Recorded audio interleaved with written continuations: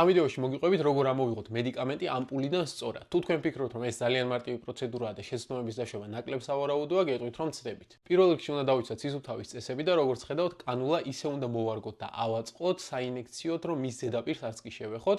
მეორე შემთხვევაში ამპულა არც ერთ შემთხვევაში არ უნდა გავტეხოთ ესე, არამედ საპირისპირო მიმართულებით, როგორც ხედავთ, ეს ლურჯი წერტილი უნდა იყოს ჩვენგან შორს მიმართული და კანულის თავი უნდა მოვტეხოთ არა ჩვენკენ მიმართული, არამედ საპირისპირო მიმართულებით. თქვენ შეიძლება გაგიჩნდეთ კითხვა, ამ დროს ხომ შეიძლება მინის ნამსხვრევები მედიკამენტშიც მოხდეს და მართლებიც იქნებით, რადგან ხდება ეს მინის ნამსხვრევები მედიკამენტში. აი ამ შენებულ ვიდეოზე კარგად ჩანს, როგორ იბნევა მინის ნამსხვრევები ამპულის თავის მოტეხვის შემდეგ და ნაწილი ამ ნამსხვრევებისა ვარდება მედიკამენტშიც. მაგრამ შეიძლება თუ არა ეს მინის ნამსხვრევები მოხდეს ადამიანის ორგანიზმში. პირველ რიგში მინდა გითხრათ, რომ სწორი ტექნიკით გატეხილი ამპულის შემთხვევაში საკმაოდ დაბალია რისკი იმისა, რომ ეს მინის ნაწილაკები მოხდნენ მედიკამენტში. გარდა ამისა, გამოიყენება სპეციალური კანულები, რომელსაც აქვს ფილტრი და ისინი ფილტრავენ მედიკამენტს ამ კანულაში გავლის შემდეგ და რა თქმა უნდა, ამ მინის მიკრონაწილაკებსაც კი არ უშვებენ უშუალოდ შპრიცში. მნიშვნელოვანია იმის ცოდნას, რომ თუ კანულა არის მოკლე, შეგვიძლია მარტივად ამპულა უბრალოდ ამოვატრიალოთ და არ უნდა იფიქროთ იმაზე, რომ დაიღვრება მედიკამენტი, რადგან როგორც ხედავთ,